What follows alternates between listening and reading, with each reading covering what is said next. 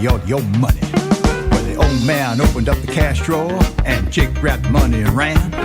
With the two out the door to the big chop collar that was parked on the center kickstand. Then they headed out for the 4-lane, and they thought it was lots of fun. With Jake on his hog, with the tutor the dog, with the automatic 45 gun. Jake, he thought it was the best there was, just down the interstate he saw. Till the day he tangled with the county sheriff, who they all call 104.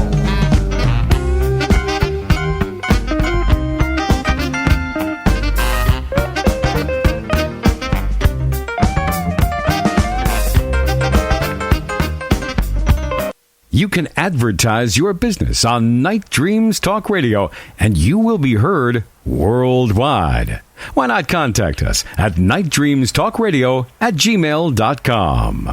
You're listening to Night Dreams Talk Radio After Dark with our host, Gary Anderson. And that is me, and we're back. We're talking to Tom. Are you still there, Tom? Oh, absolutely. Yeah, what were you saying before we had to go to the break? I was just talking about that friend of mine who, at the time, was a lieutenant colonel at USAMRIT in Maryland, where he was literally babysitting germs in the germ warfare division for the government. And he made a comment to me, and I think the only reason he made it to me is because he knew that I was very interested in all those fun things that they have stored called biological weapons. But one of the things he talked about was the different strains of Ebola that they had. There's like 4 of them. And the other thing that he talked about was the AIDS virus. And one of the points that he made to me was he said, I know that you like to look at things that make other people uncomfortable, but I'm going to tell you something. And I said, what's that? And he said,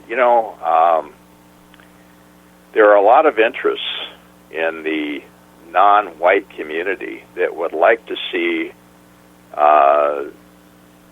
Africans eliminated, because there's a lot of resources there, and there are people that are in the oligarchy that would like to control those. And I said, what's your point? He said, the point I'm trying to make is you realize how rampant AIDS is in Africa. And I said, yeah.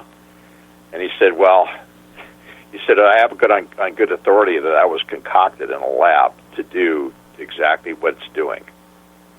And I'll let your listeners draw their own conclusion. Yeah, they don't. I already know what the conclusion is. It's scary out there. Well, all I'm saying is that when you have people that have an agenda and you look at who and what controls things on this planet, that's one of the reasons that you have your show. And when James, you're still there, right? Oh, yeah, I'm still here, buddy. Okay. Hey, listen, next time you try some sugar frosted flakes, try a little half and half. It makes them taste better. I'll have to remember that. Anyway, the thing of it is that you talk about conspiracies, we talk about the UFO phenomenon, talk about the paranormal, and everything that I am talking about is something that really falls within the realm or purview of what your show is about. And so I'm not asking people to be for or against the information I'm putting out.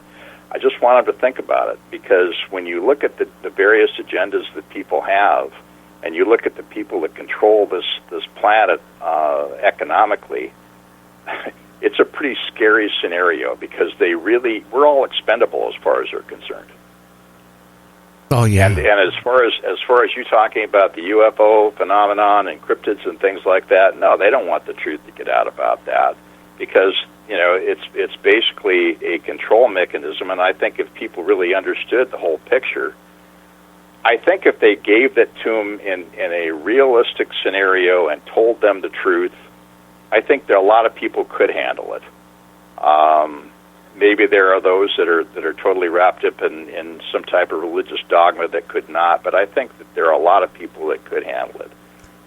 There was a very wise man once that said the truth will set you free, and I think that's true, and I think that's one of the things that your show is about. Well, I think, you know what, I know the government knows what's going on, I don't think that a lot of these encounters with abductions are the friendly type.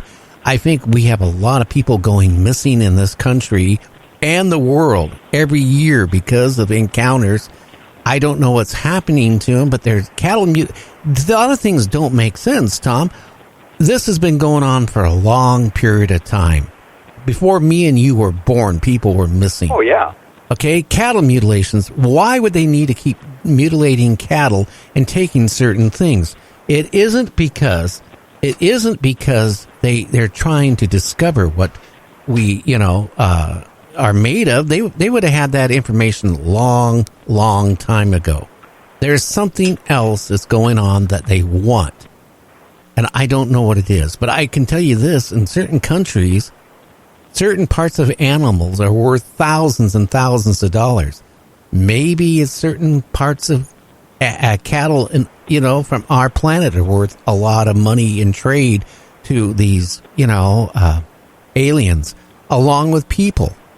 Maybe they like people with barbecue sauce. I have no idea, but we're not being told the truth. And a lot of people out there think, they're here to save us. They're here. They're all these cloak UFOs that are hidden around our planet to protect us. Well, they haven't done a good job. They haven't stopped the World War I or World War II, the Korean War, Vietnam, and every other war we had since.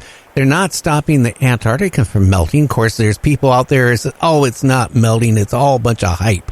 Well, you know what? I think I can say this. Something is going on. We're not being told the truth. Are they scared that we can't handle it? That's all I can say. Well, with your permission, go ahead. When I come on again, I'd love to talk to you about that conversation I had with that one gentleman back in 2012 when I was working at Boeing that had worked for a three-letter designation agency before he went to work for Boeing. And I met him inside a secure area that was a very highly guarded proprietary area in one of the buildings I was doing a walkthrough. But he talked to me after I had several conversations with him about the Homo sapiens experiment that was basically done by a group that he called the Ebens 1. And he talked about Ebens 1, Ebens 2, Androloids, Tantraloids, Dracos. He talked about all these different species of aliens that Reagan was aware of, thanks to William Casey. I can elaborate on that another time if you want. Oh yeah, and, that's fine. You're going to be on here in about next week, so yeah, we can talk about all that. Oh, by the way, I am sending you now. I'm going to press this button, and I am sending you the new Jake with the artwork. So boom, it's on its way. Okay, great. So hopefully you get it. Well, check as soon as I'm done with the show here. My Skype is acting up here tonight, and James' Skype is acting up. Has your computer updated at all lately? I hate it when that happens. Every time it seems that mine updates, it's like down for, at a minimum 90 minutes, and I can't, get anything. Today, Does that happen to you? Yeah, it happened to me today. It updated 2 hours before the show. I didn't even have no control. It just started doing it. And I started sweating because an hour went by. It didn't stop updating till about 15 minutes before airtime. That was my main computer that it sends out to the servers. It feeds out to the radio stations. I was sweating bullets. Oh, yeah. Well, maybe that's what happened to the new copy of Jake. So yeah, well, I sent you this one, but hopefully you get it. I got it. I'm looking at it right now. Okay. I'll make this real brief because I know you don't have a lot of time left. We got 15 minutes. Okay. Well, what happened was I was doing a walkthrough of. I had an assignment that day where it was both patrol and it was security checks of these high proprietary areas. And I went through this one building, and there was this gentleman. It was on a Saturday, and he was reading a UFO magazine. And so I struck up a conversation with him about that, and he asked me if I was interested in the phenomenon. And I said, yeah, I definitely am. And so we struck up a conversation, and I talked to him. And he asked me if I'd ever had an experience with that sort of thing, and I told him about the one about the fluorescent green craft that passed over my head, stopped in front of me, and then zigzagged out of sight. And I had that major what just happened moment. And I came to the conclusion that I was meant to see that, because it stopped. It just stopped on the horizon after going past me, going like warp 2. It stops for about 5 seconds. It's stationary, and then it zigzags out of sight. And I thought, okay, I think I was meant to see that. And he talked to me about William Casey. After a while, when I got to know the guy, I went in there one day, and there was great paper signs, congratulations on your retirement, etc. And this was on a Saturday, and I said, "Are you retiring?" He said, "Yeah, my last official day isn't until Monday, but I'm going to be out of here, and I'm just packing up some of my personal effects." And then he started talking to me about.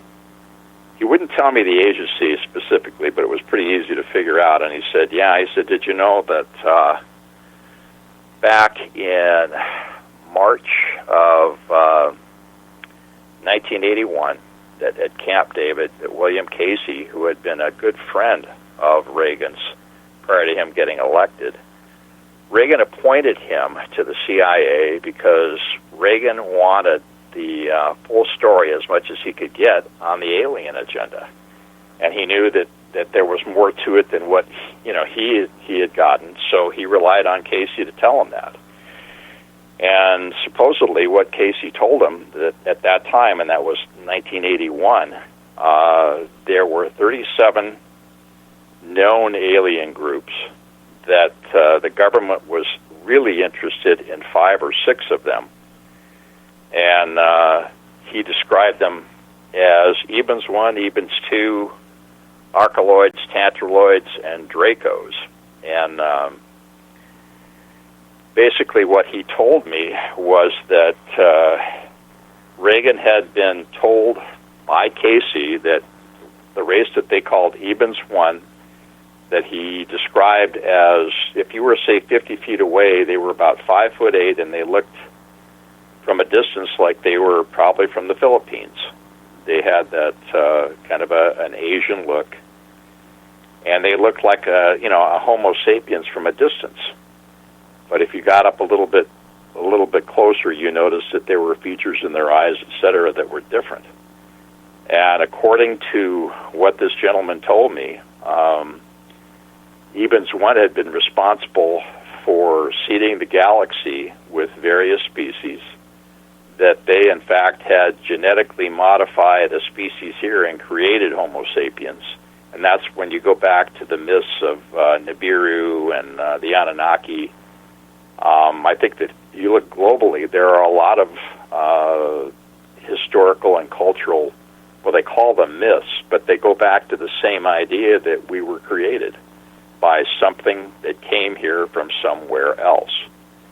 And he talked to me about that at length, and he talked to me about the fact that the Ebens sent a group of what he called, they were superior, well, they were more advanced genetically than Homo sapiens sapiens. They were called androids.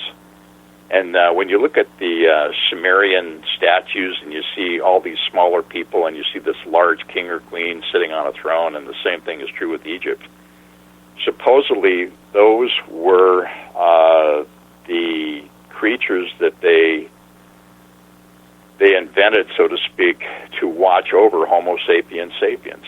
And he said that the human race was also, in its genetic makeup, was given a gene, so to speak, to worship a higher form.